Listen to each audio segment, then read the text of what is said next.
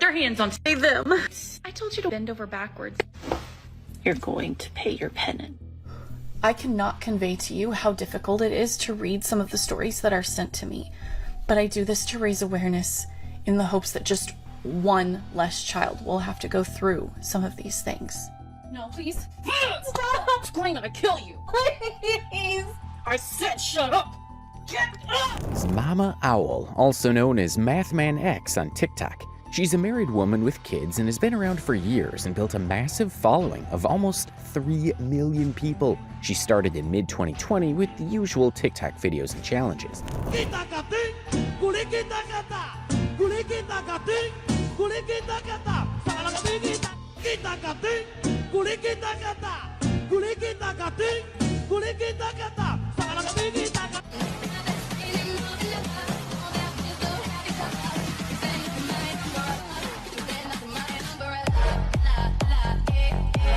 But over time, her content got more engaging, entertaining, and sometimes a bit provocative, which helped her grow her audience. Mama Owl has been canceled a few times and trolled for all sorts of things. Yet she's one of the few Lolcows who still has her TikTok account active after all the drama and controversies. How has she managed to be around for so long?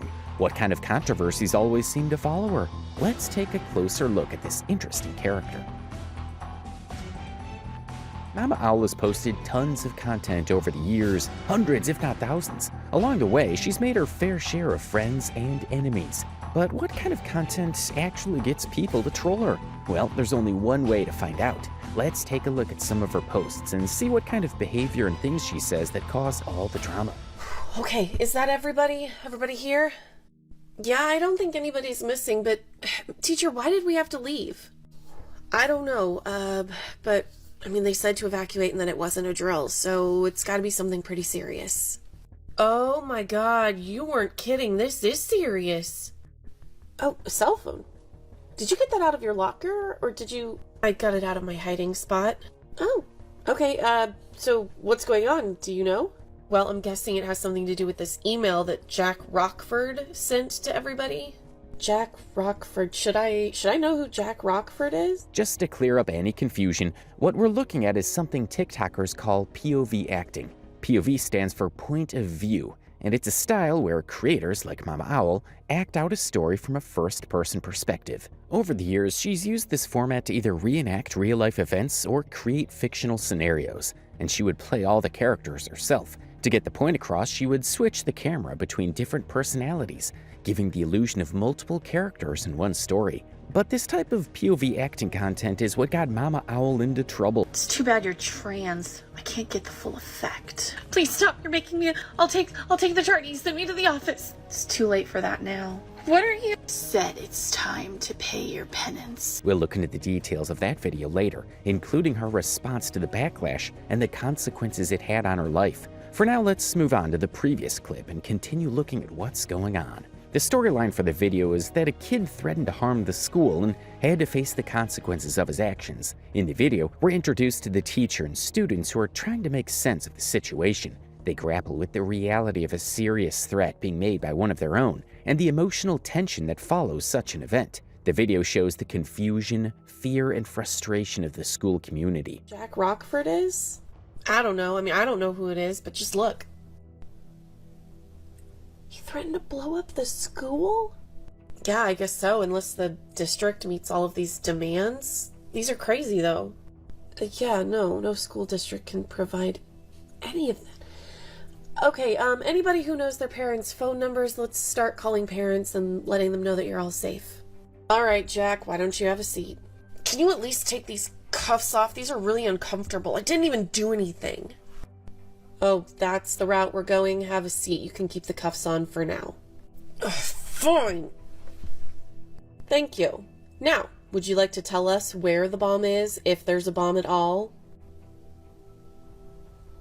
Son, you're currently looking at a significant amount of time behind bars for this threat, so it would be in your best interest to at least cooperate with us and tell us where it is. The major issue with Mama Owl's POV acting is that sometimes it can be hard to tell who is who. She doesn't dress up as the character she's portraying, which can make it tricky for the audience to follow the story. especially when she's switching between different characters. In the previous clip, for example, the scene transitions from the evacuation point where the student who made the bomb threat is being interrogated. If you're not paying close attention, it can be hard to tell when the scene changes or which character is speaking. It takes a lot of mental energy to keep track of it all. Despite this, her audience still seems to enjoy her acting. They appreciate the effort she puts into switching between personalities, even if it can sometimes be a little confusing. The story continued with the student trying to justify his actions and explain why he made the threat. He tried to rationalize the warning he had given to everyone prior to the event, attempting to make sense of his reasoning. Y'all should be rewarding me anyway. It's not like I blew the school up, but I warned them first. I told them what I was gonna do. Son, you don't seem to understand the concept of a warning. A warning is telling people of something to come, like a tornado or a car going the wrong way down the interstate. That's a warning. And that's what I did. I warned them of what I would do if they didn't do what I told them to. But the big difference here is that when there's a tornado coming or some crazy person going the wrong way down the highway and you warn people about it, it's because you can't prevent that from happening. You are in control of your actions and you are the one making the decision about whether or not to pull that trigger and blow up that school, and that is a threat. Look, I warned them about what I would do, and if they didn't meet my demands, I was going to do it. That was a courtesy. I warned them of what would happen. If they'd stayed in that school and I'd blown it up, it would have been their fault.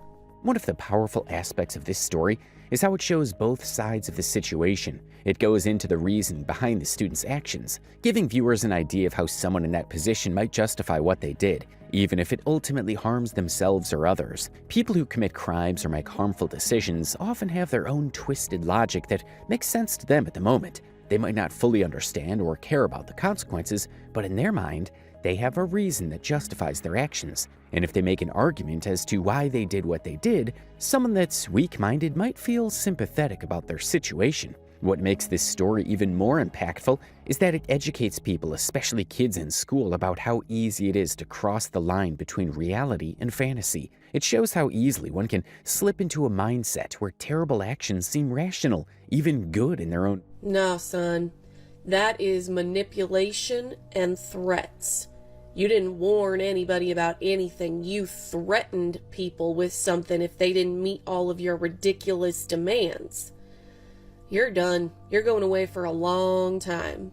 You people just don't get it. It wasn't a threat. It was a warning.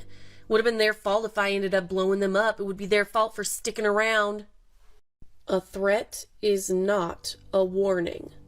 And blaming your victims for the actions that you take is still a crime. This next POV acting for Mama Owl is also quite interesting and carries a good lesson, much like the last one. The story depicts a serious security situation in a school, showing how people react in a moment of panic and urgency. Okay, but don't forget to capitalize, yeah? Attention staff, we are going to be evacuating the building. Please escort all students to the cheap mart next door. Okay, friends, everybody, I want you to hold somebody's hand. Follow me, please. We're gonna walk quickly and quietly. Let's go. Teacher, what's happening? I don't know, sweetheart, but I really need you to grab a buddy's hand and follow me, okay? Come on. Yep, come right over here. Go ahead and sit up against the aisle right there. 18, 19. Friends, we did such a good job. Everybody has their buddy and we're all here safe. Remember to go ahead and stay sitting down. If you need anything, remember, catching that bubble, but hand in the air, and I will come see you as quickly as I can, okay? Another thing I noticed in this second story is that the kids are a little younger than the previous one. Given that in the beginning, we heard the teacher saying that the child should make the R bigger. It shows that they were very little. In the previous story, the student had a phone and was the one who told the teacher what was going on. No, but evacuating the whole building, that has to be something serious, right? Yeah, something like a bomb threat. Huh? What? We all got an email. Do I even have my phone? A student posted on Snapchat that someone anonymous said they were gonna blast the school to the stars. Once again, in this POV acting, there's no clear switch in scenes, which can make it a bit tricky to follow at times. As the story unfolds, we notice that the adults are discussing the current issue about the security threat in the school and trying to make sense of what's going on. From this context, it's safe to assume that these adults are probably teachers or staff members working in the school and trying to figure out how to respond to the crisis. Another issue with this clip is that we really don't know how many teachers or adults are involved in the conversation. We hear different voices chiming in, but it's hard to tell who's speaking and how many people are actually part of the discussion. While the conversation itself is engaging and shows the different viewpoints of the adults, the lack of clarity about who's involved makes it harder to follow the flow of the scene. However, given that there are few resources in the town to get to the location of the bomb, some of the staff were mandated to help the situation. Oh, damn. Yeah, so I guess... Attention teachers of Dysfunction School, please make your way to the front of the store. I guess we're gonna get more information. Let's go. Oh my god. I can't get any closer. I guess we'll just stay here. Okay, staff, some of you have already seen the email, but for those who have not seen it yet, I want to inform you that there has been a bomb threat made to our school. Oh my god, is she serious? What on earth? Oh my god. Unfortunately, our little town just doesn't have enough manpower to investigate this. What does she mean by that? The police department only had one drug dog. It was a big story last week. She died, so... What? Is she serious? You can't do that! I'm sorry, can you repeat that? I said in a few moments we are going to start sending you back to the school in small groups to check your classrooms for potentially harmful items. What? She's sending us back to look for a possible bomb? Are you out of your mind? I'm not sure if it's realistic for school staff to be the ones searching for something as dangerous as a bomb. Let's just imagine they do find it. What if, due to their lack of experience or just a simple mistake, they accidentally trigger the bomb to explode? That's definitely not something any law enforcement agency would want on their hands. Even the staff are clearly not on board with the idea of searching for the bomb, and that makes total sense because they're terrified of the situation. It's one of those moments where the people who are supposed to help aren't the right ones for the job. It went on for a while with the staff and teachers arguing about why they shouldn't be involved in defusing a bomb. She's sending us back to look for a possible bomb? Are you out of your mind? Now look, it should only take each of you a moment or two to determine if there's anything in your classrooms that shouldn't be there in the first place. Oh my god. And at any point, any one of us could just be blown to smithereens? I know you are not asking us to jump into the role of bomb diffuser right now. You all, please just think about this for a moment, okay? This is the most efficient and economical way to go about doing this. Your efficiency. I'm not doing it. Now look, you all knew what you were signing up for when you became teachers, and... Oh, no, ma'am! Nowhere on the job description of any teaching position anywhere does it list possible bomb detection and bomb diffusion on the list of job requirements. Or how about just hell no? Exactly! We signed up to help children reach their full potential and go after their dreams with their entire heart. None of us were sitting around as teenagers trying to determine our future and thought, I want a job where I'm going to be looking for bombs. I should become a teacher. WTF is wrong with you? Oh, now come on. I really need all of you to be team players on this. Team players? Why don't you try to be a better leader? Come on now, do you all really think that I would have chosen this for you? Really? But we have a situation and we need to be able to solve this problem as a family, as a team. Why are we the ones who have to try and solve this problem? This is not our job. There are people who have this job and it's not us. Well, now how would you feel if you were all just standing around here twiddling your thumbs and something did go off and leveled our school? Is that a rhetorical question? I don't think so. How would you feel if you found out that you sent some of your staff into a building and that ended up being the end of them? How would you explain that to our families? Well, now, obviously, I don't want to lose any of you, but your families are well aware of the risks that you take becoming a teacher. There's no way this would happen in real life. No school owner would ever suggest that their staff search for a bomb. And even if the owner tried to pressure them into helping, that would be the perfect moment for the teachers to resign and get out of there to save their lives. The owner seemed more concerned about finding the bomb to protect the school building, but she totally overlooked the safety of the teachers. She wasn't thinking about the very real risk of the bomb going off while they were still inside the building. The whole situation was completely irresponsible, putting everyone at serious risk. While at it, Mama Owl decided to share her own personal story with her fans. Not her usual childhood story as we've seen in the previous video, but about her love life and how she met her husband. Some of her followers found the story sweet and beautiful, while others thought it was unnecessary and a bit annoying. It definitely caused mixed reactions. Now let's look at it, and feel free to share your thoughts on it in the comments section. Okay, girls, time to decide your summer activity, softball or camp? Camp. I want to go to camp. Okay, I'll send in the registration for you. No, Mom, I got waitlisted. Is it too late to register for softball? It is, but you never know, a spot might open up. Yeah, right. I got waitlisted. Okay. No, I'll be fine. I just really wish I were going with you guys. Yeah. Oh, hold on. Call waiting. Hello?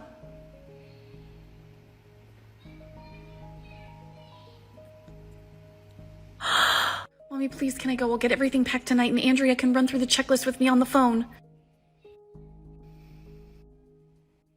Okay.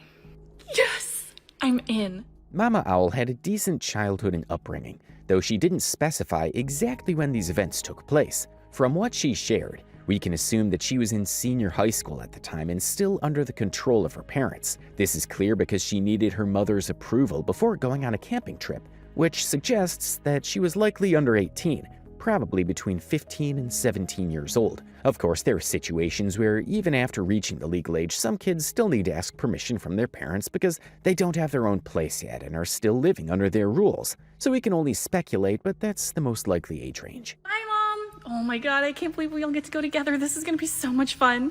I know, right? And they always pair a boy cabin and a girl cabin into family groups. I wonder if there'll be any cute guys.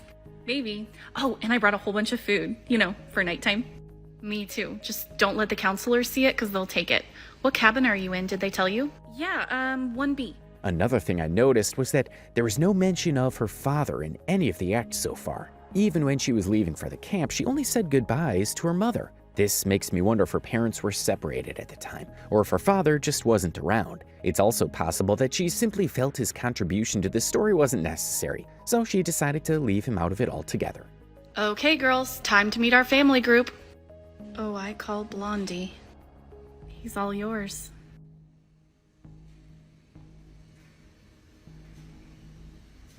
Now that's her husband. He's the one she called Blondie. This is where it all started and how they met. Okay, guys, I've been looking around and we definitely have the best looking guys in camp in our group.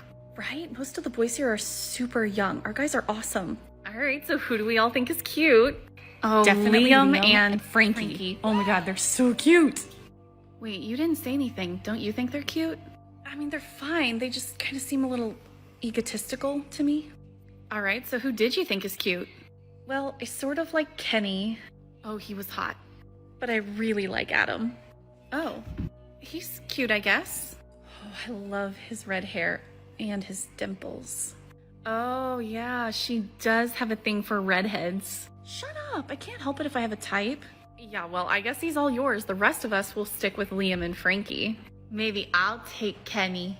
Okay, Stacy. Lights out, girls. This is gonna be the best week ever. I think you're right. Night, girls. See you in the morning. In this particular story, Mama Owl really put in some effort to make it more engaging. We noticed that the background changes depending on the scene, helping to set the tone and pace for each part of the story. This made it easier to follow along, as the different settings provided context to the events taking place. She also did something clever with her characters. For example, when she was in the cabin scene, she used different characters and made sure to dress them in distinctive clothing. This helped give each character their own identity, making it clear who was who. The changes in clothing and appearance made the story much easier to follow, allowing viewers to keep track of the characters and understand who was speaking or acting at any given time. Hey, are you coming to the courts with us? No, I'm not much of a basketball person. Well, neither am I, but all the guys will be there. I think I'll just go for a walk around camp. Oh. Do you want me to come with you? No, that's okay. You sure you won't be lonely? Really, it's okay. I promise I'll come join you guys if I want to. Okay, bye. You know, that flower really does look good on you. Thanks. It really brings out your eyes. Thank you. So, Shall we? Sure. So I gotta be honest, I'm really not much of a basketball guy. I'm more into baseball. I know it can still be a bit confusing watching the same character converse with herself, especially when she's switching between different roles. This particular scene was the first time Mama Owl's character met her redhead crush. She didn't join the others in cheering on the people playing basketball, but while she was taking a walk, she bumped into him. They had a conversation, and it was a key moment in the story. Well, I've played softball for years, but I took the summer off to come here. Lucky me. Maybe someday you could come to one of my games. That would be cool, but it's probably impossible. I mean, we probably live across the state from each other. Good point. I live really far from here. Bet you've never heard of LS. No way. You live in LS. I live in BS. Are you serious? Yeah, we actually live pretty close together. Well, looks like fate has worked in my favor. It didn't take long for the attraction to start building between Mama Owl and her redhead crush, Adam. Girl, are you seeing this? Boys love to show off. I mean, Adam, he hasn't left your side once. He knows wasps scare me. No, he's definitely protecting you. Girl, he likes you. You really think so? But then, something unexpected happened during camp. Mama Owl started to receive admiration from someone else besides Adam, her redhead crush. This new attention caught her off guard, especially since she had been focused on Adam. Her friends quickly noticed the attention Mama Owl was getting from this other person, and they started picking up on the growing interest. To make things easier for you to follow along, in this story, Adam is the one wearing a gray hoodie without covering his head. His competitor, on the other hand, wears the same hoodie with the hood covering his head, which helps distinguish the two. Well, on the bright side, the wasps won't stay out with the rain. Yeah, but we wore sandals. How do we get to music without slipping and falling? All right, time for music. Hop on. What? Look, I'm not having you slip and fall, and I'm wearing tennis shoes, so I'll get you there safely. Come on. Right, yeah. Anybody else want a piggyback ride? Thank you for this. It's really nice of you. Look, I know we just met this week, but I just really want you to feel safe. Always. So, who's going swimming after lunch? Yeah, but I'm going to the pool, not the lake. The lines for the boats are always too long. Well, looks like I'm gonna go to the pool too. You're right. Waiting really does take the fun out of it. Cool. So we'll see you guys there then? Sure. You know it. Just watch your back. I'm the king dunker. Girl, how did you get this lucky? What are you talking about? You have two guys competing for your attention. They're just being nice. I'm sure they're doing stuff for you guys too. Nope. Not for me either. Nada. Well, it's gotta be a fluke. Guys just don't go for me. Well, now it's your turn to soak it all in. Was that a pool pun? I was thinking the sun, but whatever works. Okay, everyone, with this being our last meeting before we all go home for the summer, we thought we'd let you kids use this time to exchange addresses if you wanted to. Don't forget about email. You can if you want to, but that's a pretty new technology. Not everyone has email. Yes, but if you have it, you can write it down. I'll make sure to email everybody, and I'm sending a letter to anyone who gives me their address. Really? Uh-huh. Okay, here you go. Perfect. Don't forget to give it to him. He hasn't had it yet. All right, everyone, time's up. Let's grab our things and head back to the cabins to pack up. My paper! Oh, thank you. During the course of the camp, Mama Owl ended up being closer to Adam because he was more thoughtful and less aggressive. But she didn't totally get Dusty out of the picture, so he was still there. So with the adventure reaching its end and all of them preparing to return home, Adam wrote down his email so that she could contact him. But there was only one problem. Girl, you're not seriously gonna send a letter to everyone, are you? If they gave me their address, I'm going to. I think it would be cool to have a pen pal. Whatever. I'm only gonna talk to the ones who gave me their email address. That's easier. But it's not as personal. Shoot. What is it? Adam put the start of his email, but he didn't put Yahoo or AOL or anything. What are you gonna do? I guess send a letter and see if he writes back. Well, good luck. Luck. I need a miracle. Yes, Mama Owl was hoping for a miracle, but not that big of a miracle. All she really needed was a little luck with the email endings. She figured that at least one of them should lead her to Adam. She had thought about going to him directly to ask for the full email, but by the time she had made up her mind, it was already too late. Everyone had retired to their cabins, and the camp was winding down with everyone getting ready to leave soon. It felt like she had missed her chance, and the moment had passed before she could connect with Adam more directly. They all went back home the same day. All right, dear Adam. Hey, are you done yet? We gotta get going. I'll be right there. I'm on my last letter. And thank you for all the piggyback rides. Hey, hun. There's a letter here for you. Oh my gosh, seriously? He wrote me back. Wrote you back?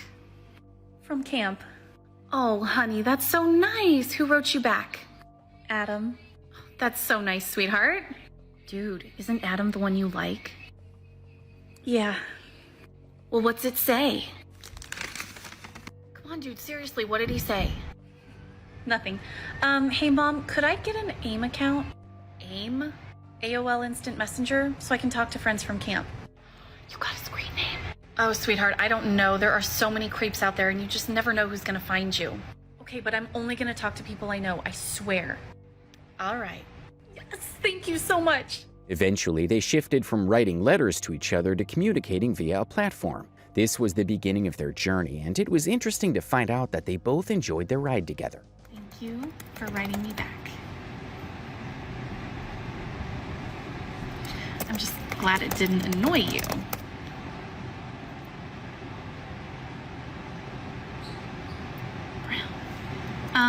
Thank you, but my eyes are blue.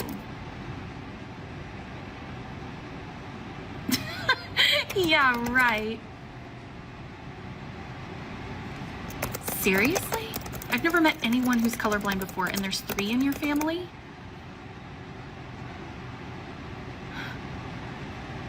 So, did you watch the latest episode last night? No, I didn't. I was talking to Adam on AIM again. You're talking to him too much. No, I'm not. I think you are. You just started going out with Dusty a few weeks ago and you're still talking to Adam? It's not like we're doing anything, we're just talking. And you know as well as I do that ever since Dusty asked me out, we haven't even talked to each other. It's like we're not even friends anymore. Well, that doesn't make it right to flirt with another guy. Who says I'm flirting with him? The smile on your face every time you talk about him? Does Dusty even know you're talking to him? Like I said, Dusty hasn't talked to me at all since he asked me out. Not even an email? Nope. But if I dump him or tell him I'm talking to another boy, he'll probably hate me anyway. So you admit it, you do like Adam. Of course I do, but talking to somebody is not cheating. And what would you do if Adam asked you out today? That would never happen. He lives too far away and I'm sure he doesn't like me like that. So what would you do if Adam asked you out today? Mama Owl was certain that Adam would not ask her out, but it didn't take long for her friend's suspicion to come to fruition. But Adam was disappointed to find out what she had to say to him. Yeah? Okay.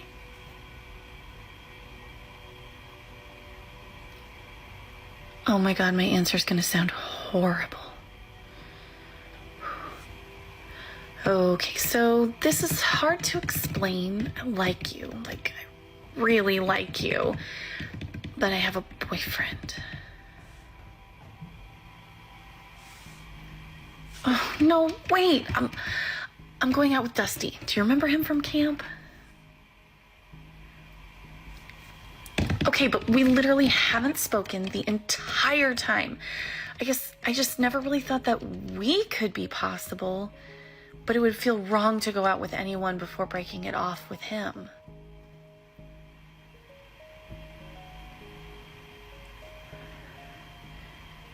So, you don't want to go out with me?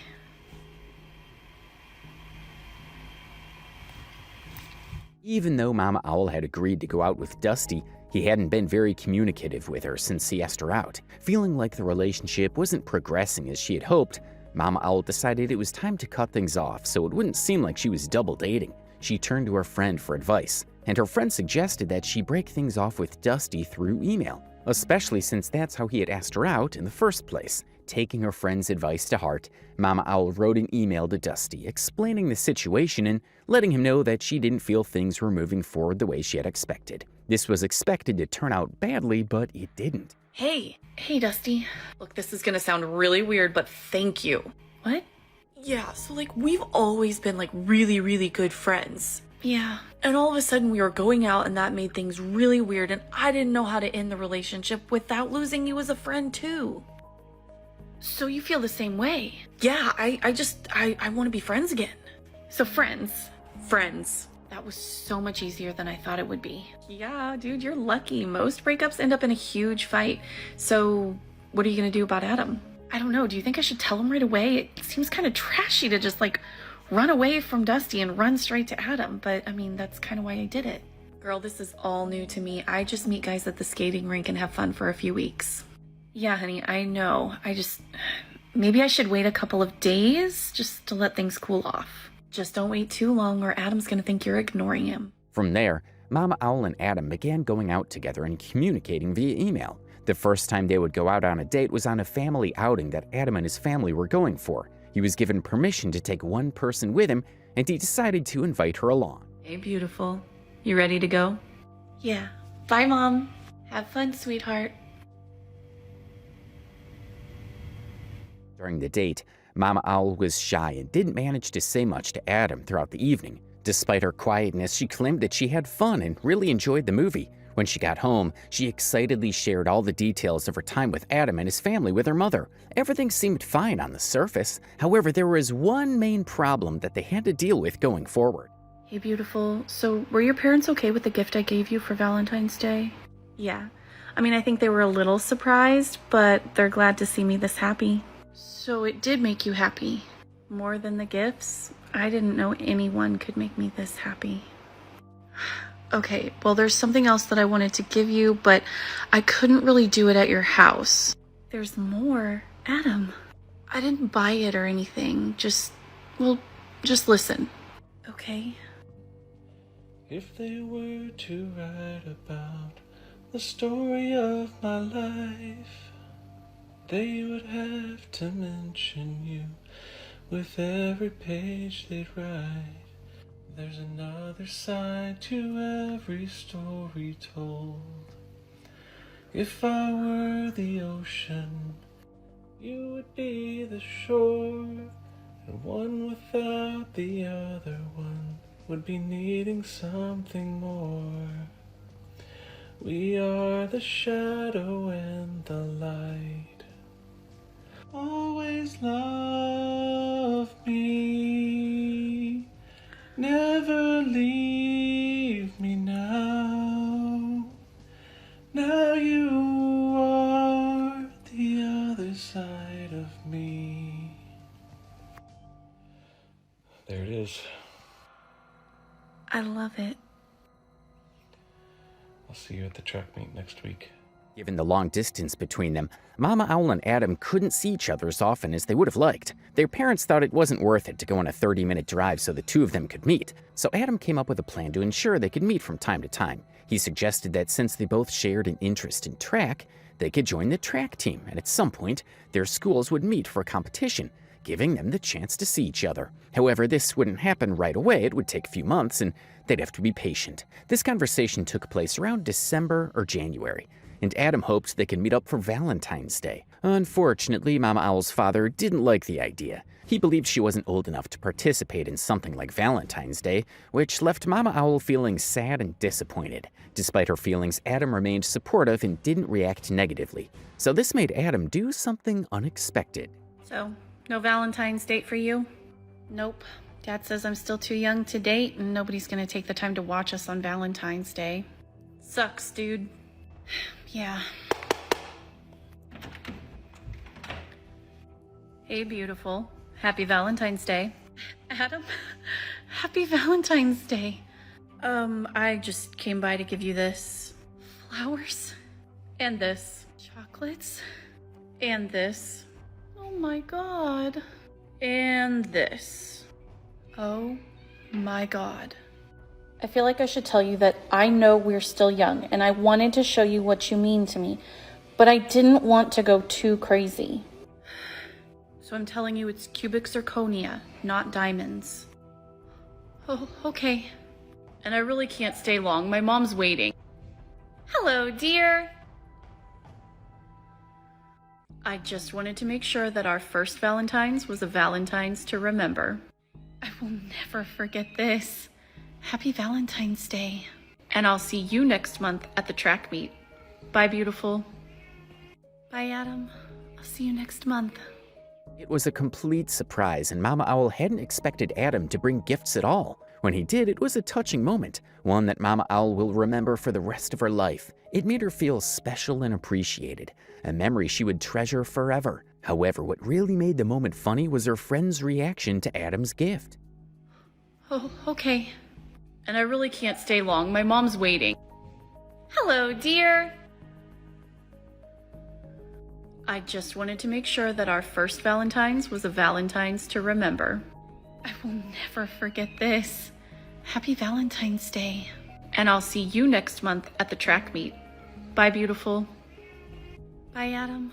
I'll see you next month. Hey, who was that? Hello, Earth to Sister. Who was at the door? It was Adam.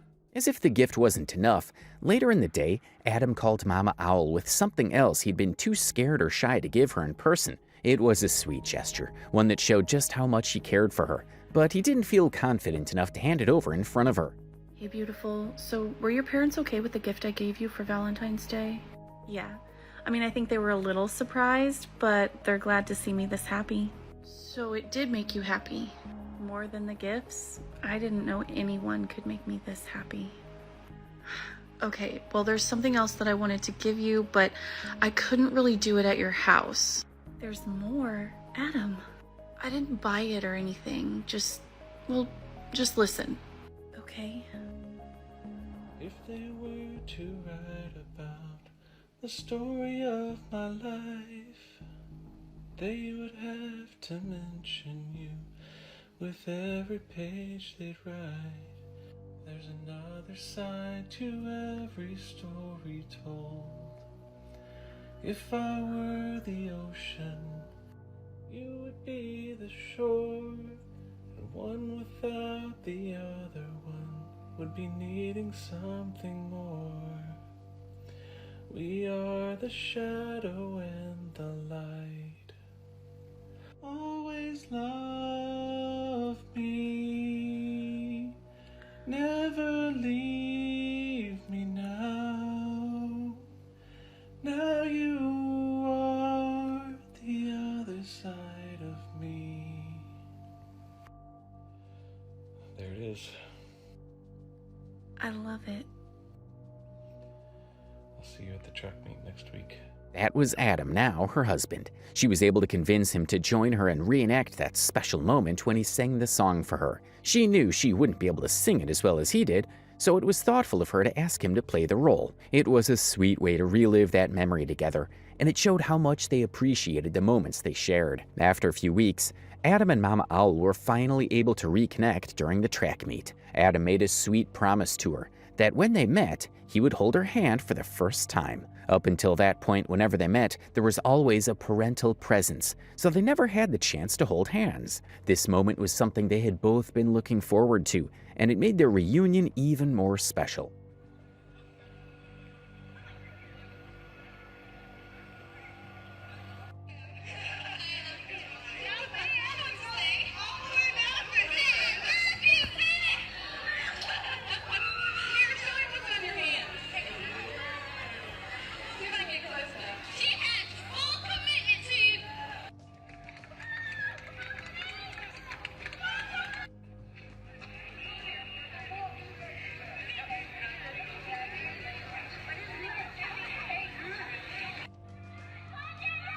After the event, both Mama Owl and Adam were happy to finally be together in person after a while. They enjoyed the time they had, and the happiness from that moment continued as they communicated over the next few days on calls. But then, Adam made a bold request to Mama Owl. Hey, babe, how are you? I'm good. How about you? Oh, I'm great. I cannot tell you how wonderful it was to hold your hand for the first time. My heart was racing so fast. I didn't embarrass you in front of your friends or anything, did I? No, of course not. I mean, they like to tease sometimes, but they know how much I like you. Okay, good. 'Cause there was something that I was hoping to get from you at the music festival next week. Oh, what's that? Well, I know we've only gotten to see each other a few times, but I mean, we have been going out for a while now. Okay. And I was hoping that maybe we could kiss. I've never kissed anyone before. Me neither, but I was really hoping you could be my first. I'd like that too. But not in front of our parents. Okay, I'll make sure to find time we can get away. Oh yeah? Yeah, I promise. I'll see you next week. See you next week. So during the music festival, They met and decided to find a free spot for both of them so that they could do what they promised to do. So, do you remember what we talked about last week? Yeah? Do you think maybe now? Your parents are right over there. They promised they wouldn't watch. Okay. All right, you ready? Ready. That was amazing. What they both agreed would be a sweet kiss ended up being a quick peck on the lips. The problem was that Adam probably overshared the details of his plans with his parents, and being parents, they suggested that it would be better if he kissed her while they were there, though they wouldn't be looking. The issue with this was that it made both Adam and Mama Owl feel awkward and not as free as they should have been. As a result, they didn't get to experience the moment the way they expected. For Adam, it might have been fine, and he claimed it was amazing, but Mama Owl and her friend couldn't help but feel that the quick peck wasn't as great as they had imagined. Their expectations didn't quite meet reality, and despite Adam's positive view of this situation, Mama Owl and her friend worried that it wasn't as perfect as it could have been. Even for a first kiss, that was pathetic. My nose wouldn't stop running. So make it up to him. But eventually they had the perfect kiss, the perfect date, the perfect hugs, and they enjoyed every moment with each other till they got married. Now enough of the stories.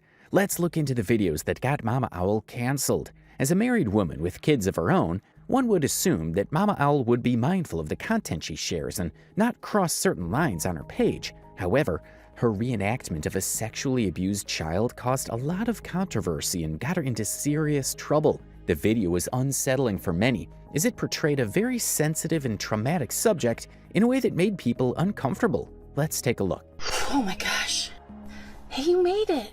Yeah, it is crazy out there with all that snow, but I mean, at least my mom is a safe driver. I was just a few minutes late, but where's the teacher? She took a bunch of kids out in the hallway who were tardy. Oh, and it's not our usual teacher either. It's a sub, some lady named Mrs. Akers. She's like ancient and weird. Oh, well, maybe she won't even notice I'm late. That's it, all of you back to your seats. Now, everyone open their books. Becky, are you okay? Did you get in like really big trouble for being tardy? Or she grabbed my boobs. She did what? You there. Yeah? How long have you been here? I honestly have no idea. My mom was more concerned about getting me here safely. Well, if you don't want to be sent to the office for your tardiness, you're gonna need to come with me. This doesn't look like it's going well. Anyone watching could see where this is headed, but it was how she enacted it that made it very disturbing. Quiet. Young lady. I'm trans. My pronouns are they, them. I don't care what you are. Come with me now. Don't do it. And you too. You weren't here before either. You can come too. I'll be okay. I'm gonna take my phone with me. What good will that do? I don't really know, but I'm gonna record and I'm just gonna tuck it in. I'll be okay, I swear. Oh God. All of you are tardy. That does not sit well with the Lord. You. What? You said you're trans? That's right. Well then, you want to act different? You can be treated different. Get in here. Hey! God, it's not my fault I was late. Of course it was. You're going to pay your penance now.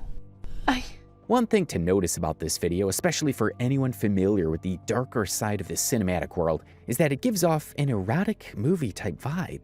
Considering that her content isn't age-restricted, this might be something that's inappropriate for certain viewers. She should have been mindful of the tone and nature of the content, as it could easily cross a line for those who aren't expecting such themes. Then Mama Owl said something that was unnecessary and very harmful to certain communities. She claimed that being with a trans person means not having the full effect, which is offensive to say the least. You're going to pay your penance now.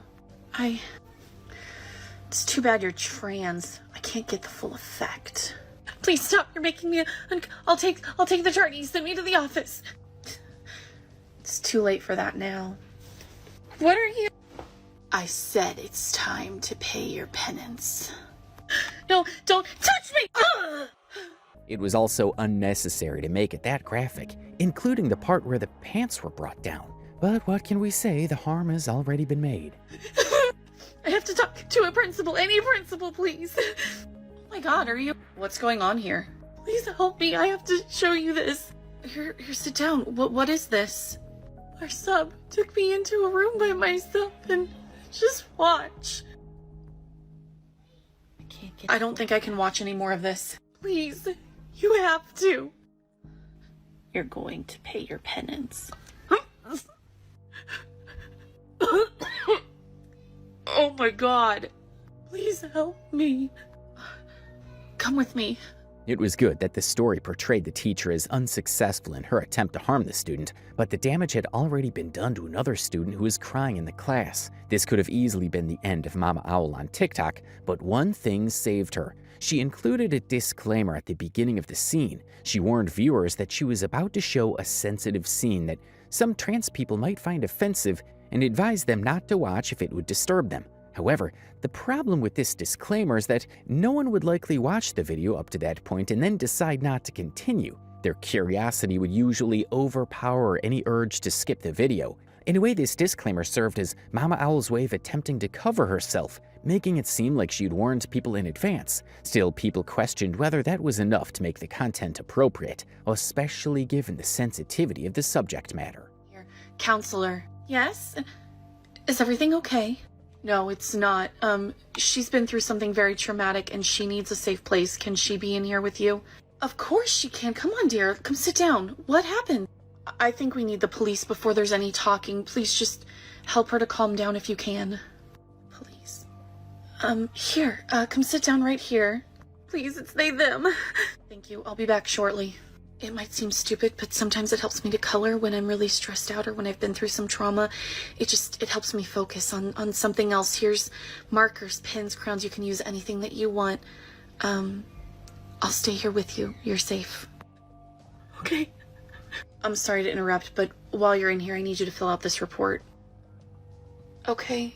The story didn't end there. The student went to the counselor and was assured that she would be okay since the school was silently working on getting the teacher arrested. After a few staff members were aware of the situation and the police were on their way, the student told the counselor that she felt fit enough to attend the next class, so she was advised to return to class while the matter was being settled. However, when the next teacher entered the class, to the student's surprise, it was the same teacher who had assaulted her earlier. It left the student feeling even more vulnerable. Officer, thank you for coming so quickly. They're right in here. Of course, I'll be starting with their statement. Counselor, this is Officer... Where are they? Oh, they said they felt comfortable going back to class. What class?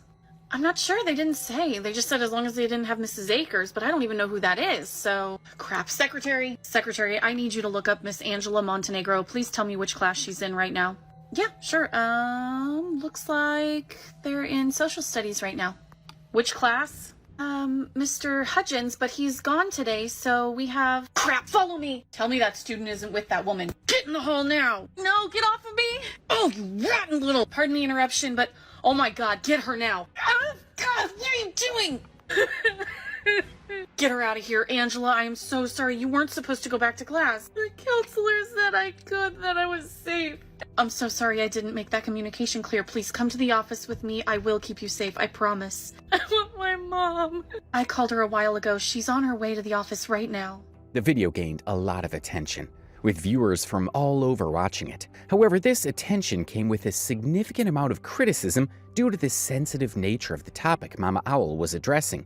Many people felt that the video was harmful, and the backlash quickly grew louder. Initially, Mama Owl was persistent and stood her ground, believing her message wasn't wrong. But when the criticism became uncontrollable, she decided to delete the video. If she truly believed that her message wasn't harmful to certain groups, she probably would have left the video up.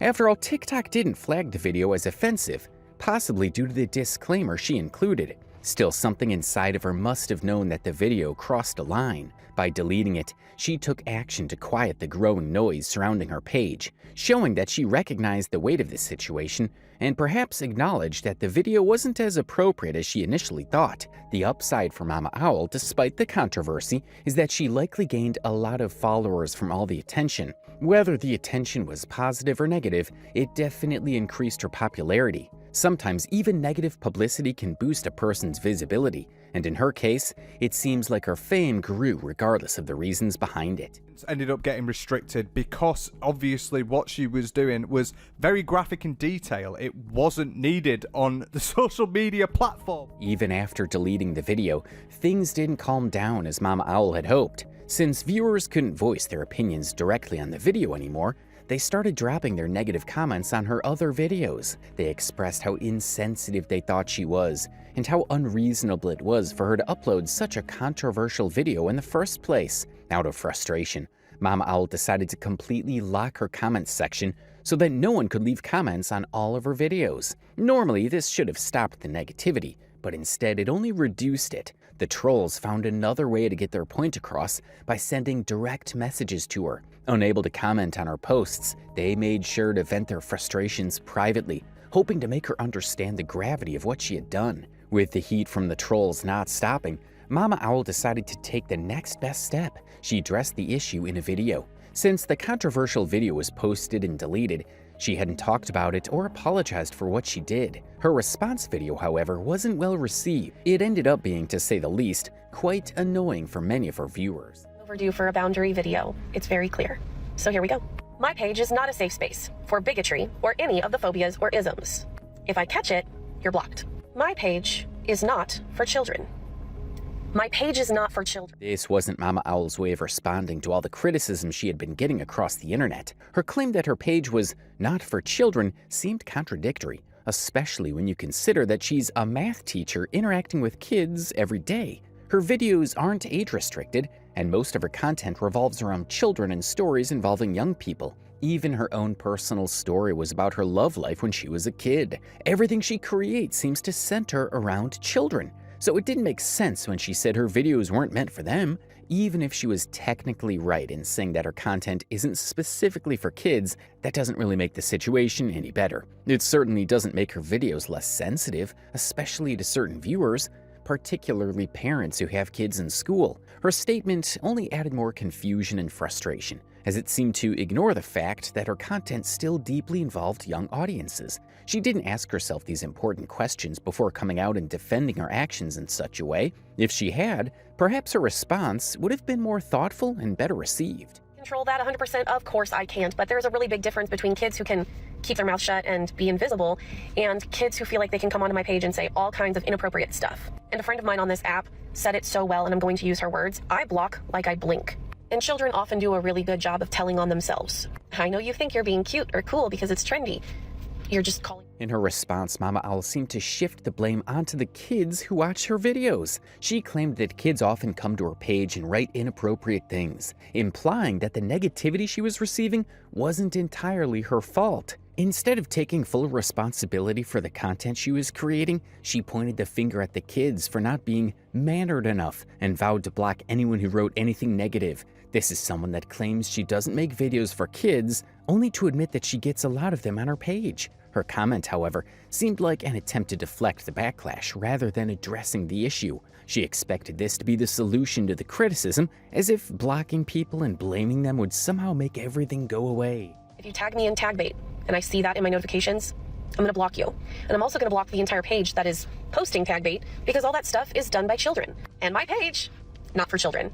And cheese and crow. No, literally, crow. Thing flew right. There's no way Mama Owl could be assuming that all the hate and trolling she's getting are from the young kids. It's just not realistic. The hate is coming from both adults and some kids. Personally, I think the majority of the trolls are probably adults, because adults can more easily see the harm and damage caused by the videos she made. They understand the seriousness of the issue, while kids may not have the maturity or awareness to recognize that what she did was wrong. In fact, kids might even find the video entertaining or not see it in the same way adults do. Also, just blocking people won't solve anything. Trolls can easily create new accounts and be back criticizing her in no time. Blocking them doesn't stop the problem, it just temporarily silences them. Immediately after, she went on to play the victim card. Attempt to dox me, and you catch me on the wrong day, I absolutely will go through the steps to press charges on you, because it's a federal crime. And your need to, I don't know, expose who I am, where I live, where I work, or anything else, it's not more important than the safety of myself and my family. And there have already been 3 attempts since June. For all we know, Mama Owl might be exaggerating or even lying about the attempts to attack her. It's possible that she's trying this to gain sympathy or deflect from the real issue. If there were at least 3 legitimate attempts to harm her and her family, she would have contacted the police immediately because that's a serious matter. But she seems calm and there is doubt about whether she's being entirely honest. The only attacks she seems to be facing are online. My comments and live streams are heavily curated. I have filters on all of it. But children, the people my page is not for, will, because of how quickly I press that block button, if you make a new account and you say something like, why did you block me? Or the one I got last night, do you remember when you blocked me for no reason and then sent your friends to harass me? Nope. I don't remember you because I block like I blink, and anyone who's been on my page for any amount of time knows that I always tell everyone to not go hate on those people. If I call something out, I tell everyone don't hate on them. Recently, I responded to a comment, and apparently people just went and talked to them. I read several comments that weren't hateful or attacking or anything, but then I got another comment from that same page saying, this is the mother of the 8-year-old you responded to. And both the original commenter and the mother told me to calm down. And I'm like, no 8-year-old should be on this platform at all. As a teacher, it's disappointing that Mama Owl seems to place the blame solely on kids for causing her problems. She's missing the bigger picture that most of the trolling likely comes from both adults and kids. Parents also have a responsibility here. TikTok and other platforms are not fully censored to be kid-friendly, so it's easy for creators like Mama Owl to post content that's inappropriate or sensitive for younger viewers. Parents should always supervise their kids when they're online, or at least be mindful of which platforms they allow their children to access. It's concerning to think that kids as young as 8 could be using TikTok without proper guidance. On the other hand, Mama Owl as an adult should understand that TikTok is a platform with both adult and young audiences. As someone with a following, she should be mature enough to post content that's considerate of younger viewers. It's unrealistic to expect that only adults will see her videos, or that blocking users will stop the problem. Posting sensitive content on a platform that isn't age-restricted can cause harm, and she should take that responsibility into account before uploading such material. Parent those children, but I don't want them on my page. Why? Because I'm all about advocating for your rights, but I'm also a big rule follower. And the terms and conditions of this app say that you must be 13 years old with parental supervision or 16 years old without it.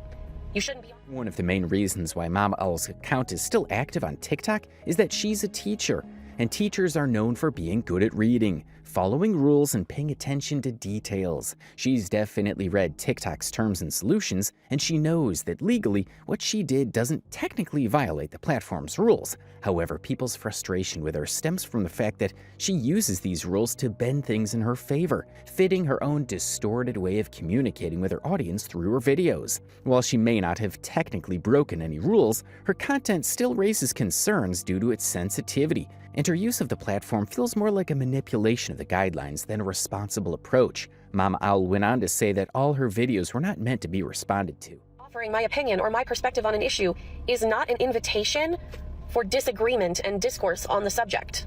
If I want feedback and input, if I want a lively debate, I will say that. It's hard to understand why Mama Owl would post content on a public online platform and not expect people to question it. The internet is a space where people freely express their opinions, and when you put something out there for everyone to see, criticism is a natural part of the process. I mean, that's why the comment section was made, so people can react to videos. If her content was receiving mostly positive comments, she probably wouldn't have complained about the feedback she was getting. But when people disagree or feel uncomfortable with what's being posted, it's only fair that they express their opinions. She ended the video by making a lot of threats to her trolls. Long video, but in summation, toe out of line, you're blocked. If I know you're a kid, you're blocked. If you try to dox me, you're blocked. If you come on my page promoting phobias, isms, and bigotry, you're blocked. I'm not about the numbers here. I'm just not. I'm here to do my thing. If you can hang with that, cool. If you can't, just... This is our first reaction video to the backlash about the essay video, which did nothing to help the situation. Threatening to block trolls only fueled their attacks on her further, turning the focus back to her defensiveness rather than addressing the real issue. A sincere apology could have gone a long way in calming things down and showing that she understood why her content upset people. However, Mama Owl wasn't ready to take that step. Instead of owning up to the harm caused, she chose to deflect. Given her outrageous response to the essay video, Mama Owl tried to move on from the controversy, but the trolls weren't ready to let her off the hook.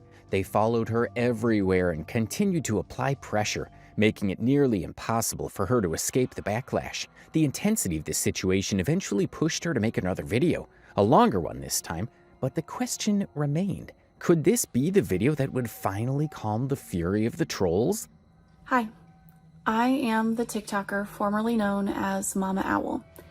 And now that the entire internet has spent more than a month eviscerating me and telling my story however they see fit, I think I've earned the right to speak for myself. I'm going to go through the entire timeline and what has happened to me. And most of you have already made your decision based on rumors, lies, and snippets. And hopefully some of you are willing to listen to what has actually transpired. Mama Owl seemed to believe that people didn't fully understand what had happened over the months. But the truth was, people knew exactly what went down. What they really wanted from her was to admit that she was wrong and apologize for creating such an offensive video. Instead of taking responsibility and offering an apology, Mama Owl chose to retell the story, especially to those who might not have been aware of the entire situation from the beginning. Mama Owl went on to explain how she got the story in the first place. She claimed that an adult had reached out to her via DM, sharing their personal experience and asking Mama Owl to narrate it. According to Mama Owl, the person who shared this story wanted the reenactment to be done in a way that would make the person responsible for the act realize it was about them, but not be able to pinpoint who had messaged Mama Owl to make the video. Mama Owl also argued that the disclaimer in her video did justice to the reenactment, suggesting that she had done enough to warn viewers about the sensitive content. Full page content warning, trigger warning, disclaimer, all of it. All the safeguarding that I could possibly put in as a content creator. And I did the story. Not long after, I did receive a message from a member of the trans community because the victim in the story was a trans child. That person told me that even with all the safeguarding I had put into place, and even though they felt that they were in a good mental headspace, that video was still triggering for them. I listen to the members of the communities I am advocating for. So I immediately removed the video and I issued an apology to that person. The story Mama Owl provided made sense to some extent, but there are several issues that complicate things. First, the video was up for days, if not weeks, before it was deleted, which gave plenty of time for people to react and express their concerns. Second, there were numerous comments pointing out the sensitivity of the video, which Mama Owl likely ignored, either because she didn't want to address the backlash, or because she didn't fully understand the impact of the content, or maybe she was enjoying the attention it was bringing her. The decision to delete the video wasn't influenced by one person's message, but by the combined pressure of several people reaching out, which led her to realize the seriousness of the situation. The problem, though, is that the video was offensive to an entire community, and Mama Owl claimed that she only apologized to the one person who messaged her directly, not to the thousands of others she offended by posting the video. The sensitive nature of the video made it necessary for the apology to be public as well, not a private DM to one individual. For all we know, Mama Owl may not be entirely truthful about what she's saying now, as she didn't provide any concrete evidence to back up her claims. She seems to expect people to take her word for it simply because it was coming from her, without offering any proof or showing the full picture. A lot of times, people who are furious over a piece of content want a public apology, want it to be talked about. But because I'm about lessening harm, I didn't make another video talking about sexual assault against the trans community in religious spaces, because that doesn't bring it back. That regurgitates it further, talks about it further, which can be further triggering. I don't understand why it's so hard for Mama Owl to just apologize. The main reason the issue dragged on for months was because she didn't address it quickly enough. If she had apologized as soon as she noticed things were getting out of hand, it could have diffused the situation before it escalated further. Instead, she waited, claiming that she didn't want to draw more attention to the assault matter. But leaving the issue unresolved is exactly why it didn't go away. By avoiding an apology and failing to acknowledge the harm caused, Mama Owl only allowed the controversy to continue. The longer she stayed silent, the more frustrated people became. and the matter never really died down. In a way, Mama Owl is the only one benefiting from all of this, though it's not in the way she probably hoped. The controversy brought her the attention she craved as a creator, but unfortunately, this attention was overwhelmingly negative. While it's true that any kind of attention can boost visibility, the fallout from her actions has hurt her personal reputation and damaged her brand. All this happened in 2023, and it died down after a while. So I removed that piece. I left up all the other segments of the story that talk about advocating for yourself and fighting back against your assailants and who to talk to and how to talk, and all of the advocacy I left up. But that part was taken down. And I apologized to that person, and people in the comments section were told that somebody had come to me, so I took it down. Forward to June 2nd of this year. A minor doxed me on this platform.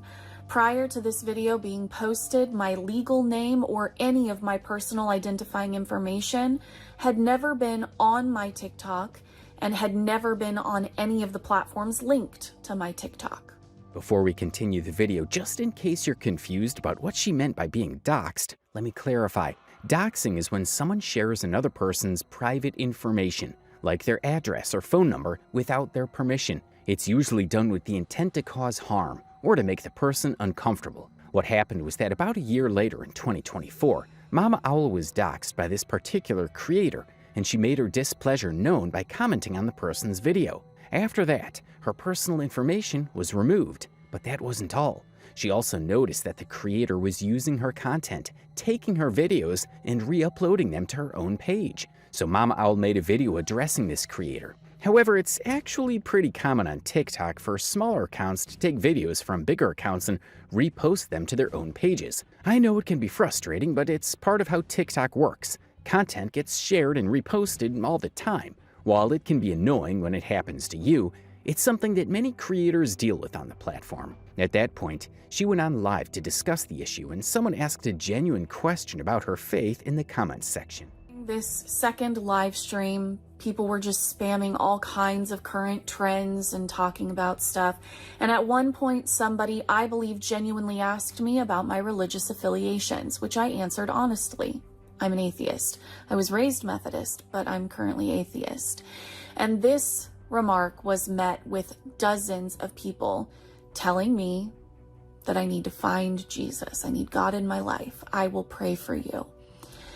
And I genuinely responded, my beliefs is that praying does not comfort the person you're praying for unless they asked for it. It is more comforting to the person doing the praying. And I also discussed the moral hierarchy that most people believe they are on. They believe it's vertical. The more good deeds I do, the better I am than the people down here who aren't doing good deeds. Where in reality, we're all on a horizontal morality spectrum where we've all done bad, we've all done good. Nobody is better than anybody else. And that apparently means that I think I'm better than everyone. But I literally said nobody is better than anybody else because we all make mistakes.